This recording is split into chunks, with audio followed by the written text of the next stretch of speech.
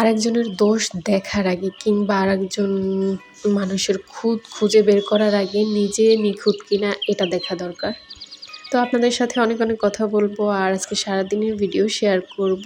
তো শুরু করা যাক। আসসালামু আলাইকুম, here is another new video from it's মাহাদিয়া।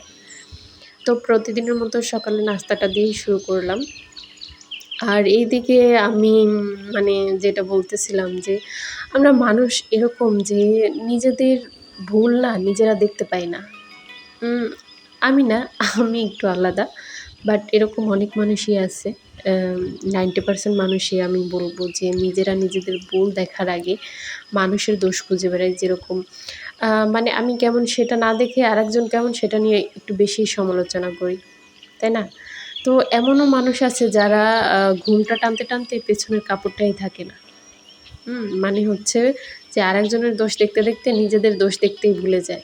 নিজে কেমন। আমি এমন একটা মানুষ যে কখনো কারো পার্সোনাল লাইফ সম্পর্কে জানার চেষ্টা করি না বা জানার জন্য আগ্রহও দেখাই না। আসে না ওইটা আমার ভেতর থেকে। থাকতে পারে না সবারই সুখ-দুঃখ মিলিয়ে জীবন। তো সেটা আমি জানতে চাইবো আর আরেকজনের বলতে গেলে একটু খারাপ লাগবে। তো কী দরকার আছে এগুলো জিজ্ঞেস করার? কিংবা আমি খাইলাম না খাইলাম, কে দিয়ে খাইলো, কে খাইলো না, এগুলা নিয়েও আমি পড়ে থাকি না। বাট এমন কিছু মানুষ নিজের চোখে দেখা যারা হচ্ছে আরেকজন কী করলো, আরেকজন কীভাবে চলাফেরা করে, কে কেমন এটা নিয়ে পড়ে থাকো। অথচ তাদের জীবনে কী ঘটতেছে, তারা কেমন সেটা একবারও দেখে না, একবারও ভাবে না যে আমি ওরে নিয়ে সমালোচনা করতেছি, আসলে আমি কেমন একটা মানুষ, সেটা আসলে কেউই দেখে না। তো আমার হচ্ছে বাসায় বেশি একটা কাজ থাকে না, যেহেতু অতিরিক্ত মানুষজনও নেই বাসায়। তো সেক্ষেত্রে বেশিরভাগ সময় ফ্রি থাকি। বাট আছে না অনেকের তো বাহিরে ঘুরতে যাওয়ার অভ্যাস। বাট আমার ওই অভ্যাসটা নাই, ওই অভ্যাসটা চলে গেছে, আগে ছিল। বাহিরে বের হইতে ইচ্ছা করে না, কেন জানি না। তো সেই ক্ষেত্রে বেশিরভাগ সময় বাসায় থাকা হয়। আর ফ্রি টাইম থাকি যে কারণে হচ্ছে টুকিটাকি ভিডিও বানাই, আপলোড দিই। আমার মনে হয় না এটা দোষের কিছু। তো যার ভালো লাগে দেখবে, যার ভালো লাগে না দেখবে না। আমি তো আর কারোর পিছনে ছুটতেছি না ভাই। যাই হোক, অনেক কথা বলে ফেললাম। আমার কথায় ভুল হলে অবশ্যই কমেন্টে ধরায় দিবেন ভুলগুলা। আর এই তো দুপুরের জন্য রান্না করছিলাম হচ্ছে করলা ভাজি আর লাউ দিয়ে ডিম রান্না করছিলাম। যদিও ফ্রিজে আগের মাছ রান্না করা ছিল।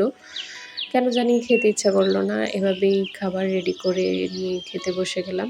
আর এমনিতে করলা ভাজিটা খুব বেশি ভালো লাগে আমার কাছে। আর লাউ দিয়ে ডিমটাও অনেক ভালো লাগে। আর তাছাড়া আমার হাতের রান্না অনেক মজা। আর এখানে এই যে ড্রাগন ফল কেটে রাখলাম। যদিও এটা আমার ছোট মা পছন্দ করে না, বাট আমার কাছে খুব ভালো লাগে। ফার্স্ট টাইম যখন খাইছিলাম এই ড্রাগন ফল সাদাটা, তো ওটা কোনো মিষ্টিও না, কোনো মানে টেস্টি না। ওইটা খাওয়ার পর না আমি খাওয়া বন্ধ করে দিছিলাম। তো এরপর হচ্ছে আবার একজন খাওয়াইলো, খাওয়ায় অভ্যাস করলো। দেন হচ্ছে ফেভারিট হয়ে গেছে আরকি, স্ট্রবেরির মতো। তো এরপর বিকালে হচ্ছে বার্গার নিয়ে আসছিল, আমি খাইতেছিলাম আর আমার ছোট মাকে একটু জোর করতেছিলাম, সে খাবে না। তো যাই হোক, আজকের ভিডিও এতটুকুই থাকুক। আপনাদের ভালো লাগলে অবশ্যই আমার পেজটা ফলো দিয়ে রাখবেন। আল্লাহ হাফিজ।